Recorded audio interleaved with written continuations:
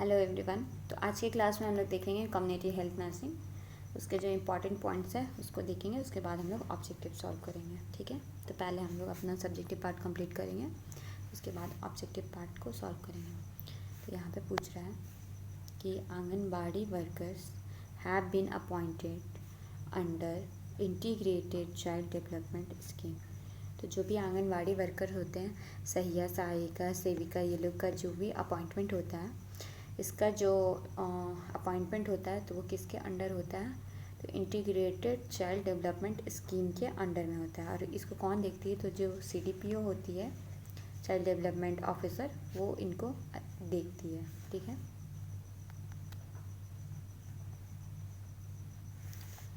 One anganwadi worker का कितना estimated population होता है? तो 1000 पॉपुलेशन। एक सहिया जो होती है वो कितने पॉपुलेशन में काम करती है? 1000 पॉपुलेशन के अंडर है। मतलब एक आंगनबाड़ी जो होता है इस्टेब्लिश होता है, अगर किसी पर्टिकुलर एरिया का पॉपुलेशन 1000 है, तभी वहाँ पे एक आंगनबाड़ी इस्टेब्लिश करने का अपॉर्चुनिटी मिलता है, और उसका पॉपुलेशन 1000 होना चाहिए। ठीक है, और जो करतार सिंह कमेटी थी, ठीक है, जिसको also known as multipurpose worker committee भी बोलते हैं।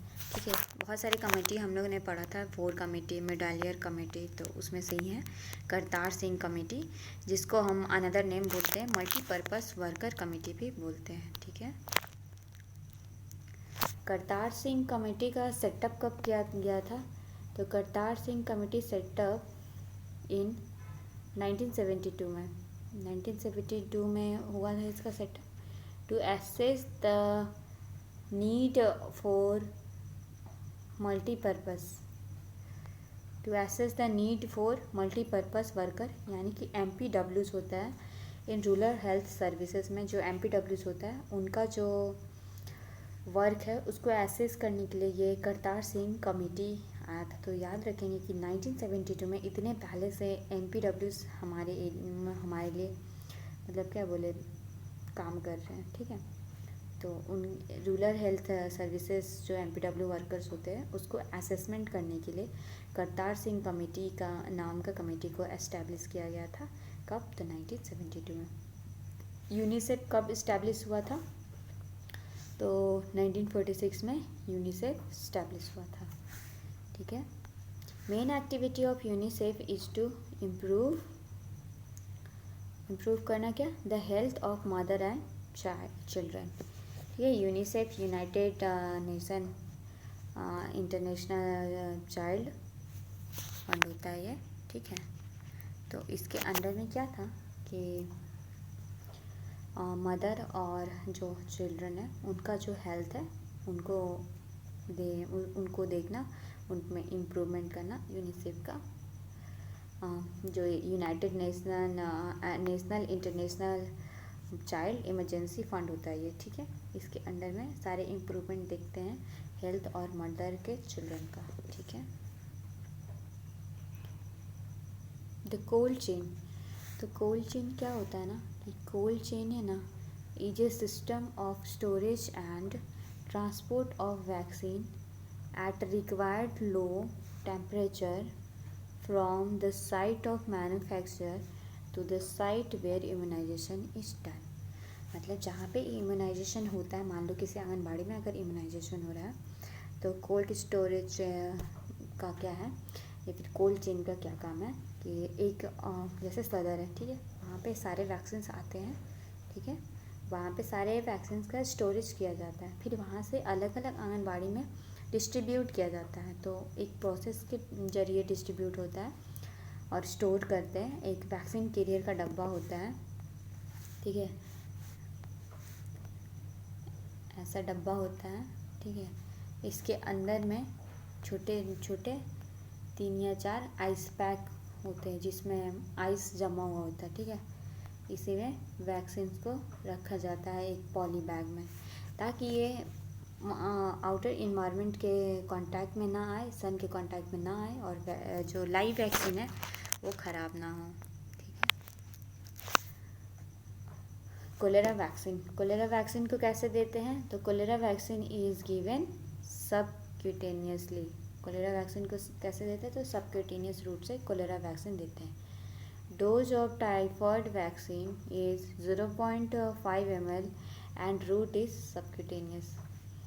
जो टाइफॉइड वैक्सीन है उसको भी हम कितना देते हैं, डोज 0.5 ml देते हैं, और उसका जो रूट होता है वो क्या है, सबक्यूटेनियस होता है. ठीक है. Disinfection is contaminated article and bodily secretions during the course of the disease is known as concurrent disinfection. तो डिसइंफेक्शन क्या है, डिसइंफेक्शन ऑफ कंटामिनेटेड आर्टिकल्स जो भी है. मान लीजिए मेरा पेन है, ठीक है, ये क्या है, अभी डिसइंफेक्टेड है, इसमें कितने कंटामिनेटेड बैक्टीरिया होंगे ये मुझे भी नहीं मालूम. ठीक है. ये सिक्रेशंस बॉडीली सिक्रेशन होते हैं. Secretion during the course of disease is known as concurrent disinfection. ठीक है. तो concurrent disinfection का क्या मतलब है, जो भी कंटामिनेटेड आर्टिकल्स है उनका बॉडी सिक्रेशन, जैसे कि मेरा पसीना वगैरह हो गया, during the course of disease, जब तक वो डिजीज़ है. ठीक है.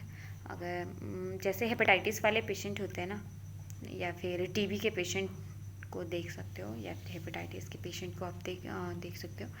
उसमें क्या होता है ना कि उनका जो बॉडी फ्लूइड है, ठीक है, वो भी कंटामिनेटेड डिसइंफेक्शन के अंडर में ही आता है, बॉडी सिक्रेशन. ठीक है. जब तक उसका डिजीज़ प्रॉपरली ठीक नहीं हो जाता है तब तक जो भी वो आर्टिकल यूज़ करते हैं, बॉडी फ्लूइड है, वो सारे कॉन्करेंट डिसइंफेक्शन के अंडर में आते हैं. Bleaching powder is also known as chlorinated lime. Bleaching powder का दूसरा नाम क्या है, क्लोरीनेटेड लाइम. ठीक है. और इसी से क्लोरीन सॉल्यूशन भी बनाते हैं ब्लीचिंग पाउडर से. आयोडीन क्या है, iodine is the most effective skin antiseptic. Most effective skin antiseptic कौन है, तो आयोडीन है. Rubella is also known as German measles. Rubella का दूसरा नाम क्या है, German measles. Schick test is an intradermal test. जो सिक टेस्ट होता है वो इंट्राडर्मल टेस्ट होता है. जैसे देखा होगा आप लोगों ने, टीबी के लिए बहुत कोई टीबी का टेस्ट होता है ना, तो उसमें क्या करने के लिए बोलते हैं कि जाओ टीबी वाले डिपार्टमेंट में भेजते हैं, तो स्किन के अंदर में जो बीसीजी का जो ड्रग है उसको इंट्रोड्यूस करते हैं इंटरडर्मली. ठीक है. तो वैसे ही सिक टेस्ट होता है, ये डिप्थीरिया के लिए किया जाता है. इसमें भी इंट्राडर्मल इंट्रोड्यूस करते हैं ड्रग को. Whooping cough is a bacterial disease caused by Bordetella pertussis. जो वूपिंग कफ है एक बैक्टीरियल डिजीज़ है, और किससे काउज होता है, तो बोर्डेटेला पर्ट्यूसिस से.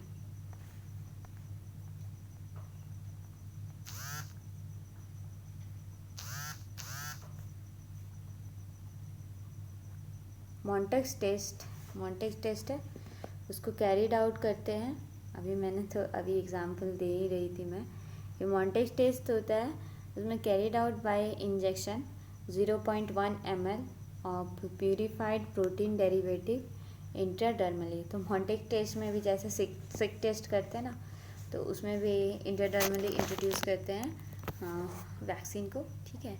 इसमें भी मॉन्टेक्स टेस्ट में बीसीजी का जो वैक्सीन होता है उसको इंट्राडर्मली इंट्रोड्यूस करते हैं, और कितना लेते हैं, 0.1 ml को, और 48 से 72 आवर तक देखते हैं. अगर उसमें कुछ रिएक्शन हुआ तो उसको वो इन द केस पॉजिटिव मानते हैं, फिर फर्दर इन्वेस्टिगेशन किया जाता है. ठीक है.